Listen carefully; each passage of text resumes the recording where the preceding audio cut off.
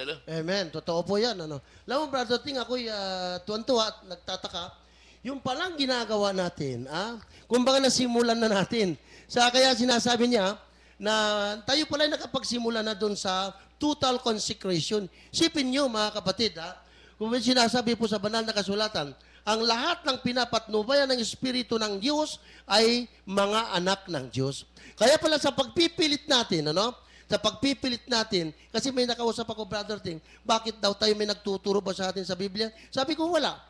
Ang dami-dami kang marunong sa Biblia. Sabi ko, oo, marami nga marunong sa Biblia. Pero wala namang relasyon sa Diyos. Wala silang total consecration. Wala silang total consecration. Kaya tayo purihin ng Diyos sapagkat ang community ito ay tunay nga pinaghaharian ng Diyos na buhay. Alam mo, marunong ka nga sa Bible, pero hindi ka naman gumaganap ng kalooban ng Diyos sa Biblia. Amen. Yung karunungan mo. Karunungan pantao nakuha mo. Ang kinakailangan, gumanap ka ng kalooban ng Diyos sa buhay. Amen.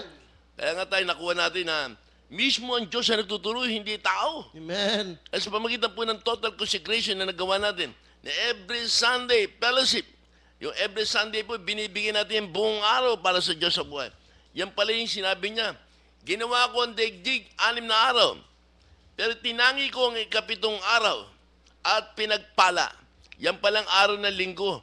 Yan ang kanyang pinagpala. Yan ang 7 araw ng mga Kristiyano. Pero ibigay natin ng buo, hindi 1 oras lang. Subukan nyo ibigay ng buo.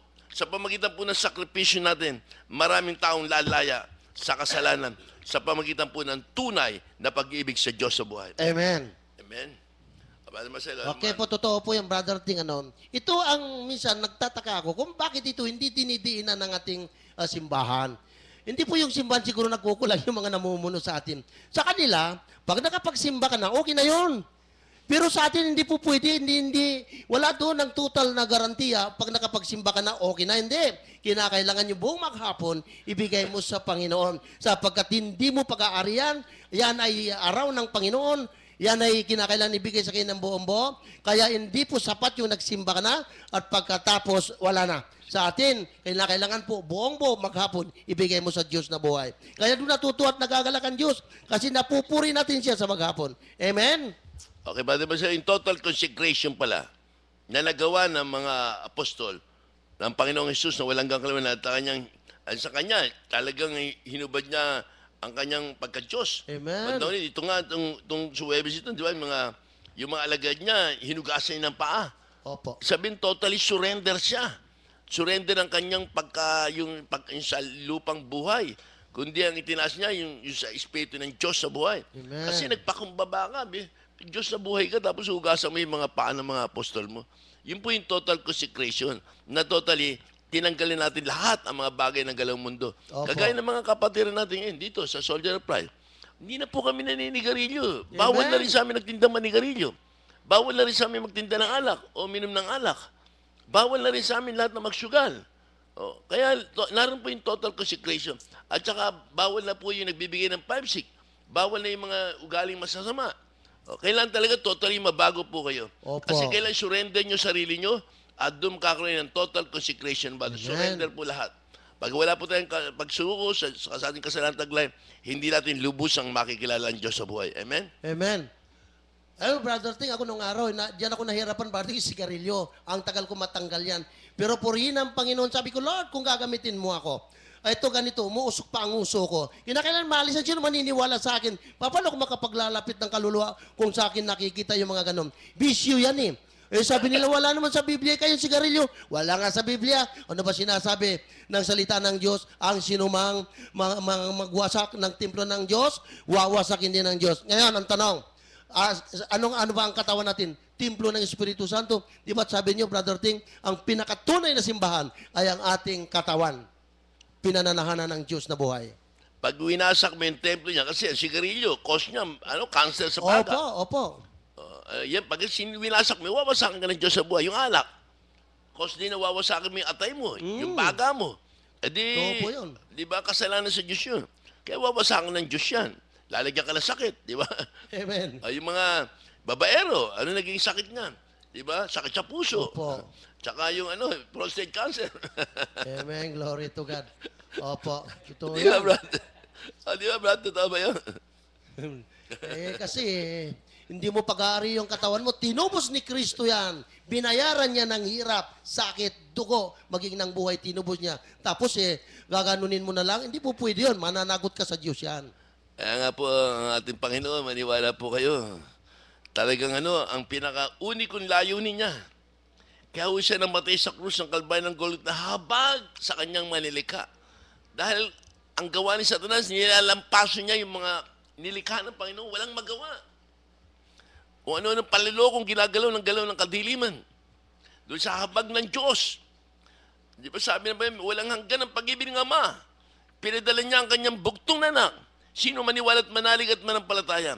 Kailan ba hindi mapapahamak, kundi bagkos magkakaroon ng buhay na walang hanggan. Mismo ang Diyos, mismo si Yahweh, binigay ang kanyang bugtong na anak na nagkatawang tao dito sa balat ng lupa. Sinuot ang pagiging alipin at nanahan sa atin. Bilang isang ama, nakita niya kung gaano pahirap ang inabot ng kanyang anak. Biro niyo, pinapalo. Walang puknat na palo nung Romano. Pagod na, nagpapalitan pa sila. Pero yung katawan ni Jesus, ngiwi na sa hirap. Pero laro siya, tinitiis niya. Alang-alang sa atin lahat. Pagkatapos, bandang huli, pinutungan pa ng koronang tinig. At yung koronang tinig yun, yung mahaba, tumama pa sa kaliwang mata niya. At bandang huli, pinasampa ang krus sa ubod ng bigat hanggang marating ang Kalbaryo ng Golgotha. At nung marating niya yun, bandang huli naroon po, doon niya doon na pugto ang kanyang hininga. Na sinabi nga niya, Ama ko, sa mga kamay mo, iniahabiling ko ang aking kaluluwa. Amen. Kaya minsan yung mga 7 wika ng Panginoon, madadaman niyo po yung kanyang mga salita. Maunawaan niyo po kung gaano kahirap na mamatay sa krus na yan. Na naroon yung kanyang pagkatao. Nung oras yun, wala ang kanyang pagka-Diyos, Father Marcelo. Opo. Sabi nga niya, Ama ko, bakit mo ako pinabayaan? Amen. Diba? Ang hirap niya ba? Ibig sabihin, sa hirap niya, di ba? Opo. Hindi mo ko iligtas. Maawa ka naman, parang ganyan niya, pero nasabi niya yun. Kaya bandang uli, alam niya talaga, kilala niya ama niya, kaya tiniis niya na lang. Alang-alang sa pagsunod sa kanyang amang banal ng mga Marcelo, para maligtas ang sangkalupaan at sa pamagitan ng kanyang buhay, sa pamagitan ng kanyang dugo at tubig na bumulwak sa kanyang tagliran. Yun po naging daan ng ating kaligtasan. Kanina habang nagbabasa ako doon sa pabasa, nabasa ko yung kay Longino, yung tumusok ng sibad sa tagiliran niya. Opo.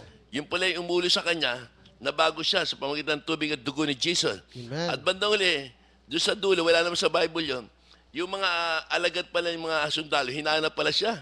At bandang huli doon, pinatay din siya ng mga sundalo. Dahil nga nagpapahayag siya ng salita ng Diyos sa buhay. Yung mga miracle, Brother Marcelo. Amen. Alam mo, Brother, natatandaan ko yung sinabi niyo, no? Si Satanas hindi natatakot doon sa palasimba. Hindi natatakot doon. Sino kinatatakutan niya? Yung mga taong nagsisimba na at nagbibigay pa ng maghapong pagkaaraw ng linggo. Doon siya natatakot. Kasi yung palasimba, naranasan ko na yung Brother Ting. Palasimba ako, tuwing linggo talaga ako pa first mass. Pero pagbalik ko ng bahay, maghahanap na ako ng makakainuman ko. Kaya maghapon niya magiinuman kami. Kaya nung nabago sa akin doon, wala nabago sa akin. Kaya yung magsimba ka lang, wala po yan. Hindi natatakot si Satanas doon. Pero natatakot si Satanas doon sa mga nagsimba na, nagbigay pa na maghapon, takot na takot si Satanas doon. Amen, hallelujah. Paano, naroon po yung araw na linggo, binigay natin kay Lord na buo. Amen. Yan pala sikreto ng Diyos sa buhay. Sino man sa inyo na magbibigay ng buong araw ng linggo kay Lord, pagpapala darating. Kaya nga kayong mga nakikinig. So wala nang mawawala sa inyo. Di ba? Subukan niyo po yung 3 linggo sunod-sunod. Bigyan niyo yung araw ng linggo sa Diyos sa buhay. Huwag kayong magtinda. Huwag kayong mamasyal. Iniimbitahan ko kayo rito sa may paho. Bigyan niyo yung buo na yan. Tingnan niyo po ang pagkapala dating sa inyo. Amen. Wala nang mawala. Pupurihin mo lang ang Diyos sa buhay. Pag pinuri mo ang Panginoon, buhin mo, mahingi mo. Kung ikaw nakatagdang mamatay sa isa, hindi magaganap. Kasi binigay mo ang araw ng linggo para sa Diyos sa buhay. Amen. Okay, Brother Marcelo, last. Yes, Lord. Alam mo, Brating, naalala ko ngayon, no? Dala-dalawa kinukuha ng Panginoon, puro pa asawang lalaki. Nauna si Brother Nick, sumunod ngayon si Brother Tas. At sumunod nga, tapos ngayon, dalawa uli. Yung inaanak ko dyan sa Manugit at saka yung asawa ni Sister Saning, puro lalaki yan. Ang tanong, sino naman kaya susunod? Arinawa, pag tayo kinuha ay nakahanda tayo humarap sa hustisya ng Panginoon. Kaya inaano ko lang po sa mga may asawa, isama niyo po ang inyong asawa sa gawain ng Diyos sa buhay. Bayaran niyo siya ng sakripisyo niyo. Bayaran niyo ng tunay na pagsunod sa kalooban ng Diyos sa buhay. At darating di araw, mayayakag niyo po yung mga mahal niyo sa buhay. Amen. Pag hindi niyo po ginawa yun, ganun nga nangyayari, nawawala. Meron kinukuha, talaga sinadya, kagaya ni Brother Nick, na brother sinadya talaga, may time na po talaga sila lahat. Opo. At least naroon po, nakamta nila ang buhay na walang gam. Paano kung nakuha kang hindi ka sumasama sa kalooban ng Diyos sa buhay? Paano saan ka pupunta? Kaya kailangan po natin ang katapangan, tunay na pagsunod sa kalooban ng Diyos. Iligtas natin ating pamilya. Ako, bago ako ang hirap ng nailigtas ko pamilya ko. Marami po ang hirap na dinanas.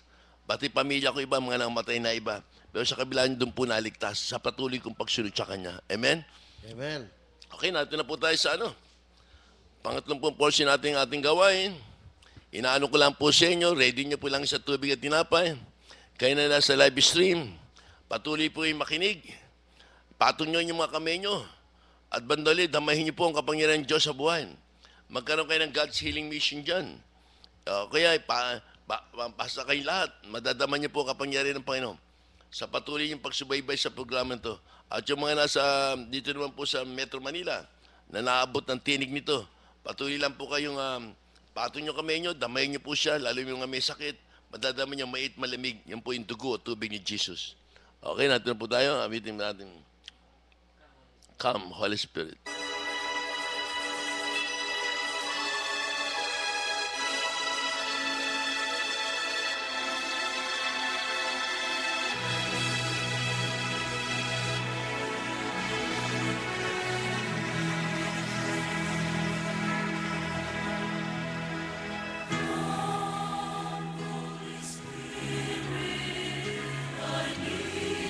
Pinupuri ka namin. Pinasasalamatan. Matitinuro mo sa amin ang magpakumbaba. Tulad ng anak mong si Jesus na aming Panginoon. Bagamat siya ay Diyos, sinuot niya ang pagiging isang tao at nanirahan sa piling ng mga tao, Panginoon. Taging alipin siya, Panginoon. Kaya Lord, salamat po, Panginoon. Pinagkaloob mo sa amin, pinakita at pinadama na kami lahat na sumusunod sa iyo dapat maging mapaba, mapagkumbaba, mapagmahal. At doon po namin madadama ang pag-ibig ng Diyos sa buhay. Kaya walang hanggan ang pag-ibig mo, Ama. Pinadala mo yung bugtong mo anak natin, Panginoong Isus, na walang hanggang kalawarigan. Ang sino man sumunod, maniwala at manalig sa anak mo, tsak na maliligtas. Kaya ngayon panalod, marami pong salamat sa mga biyayang amin natanggap.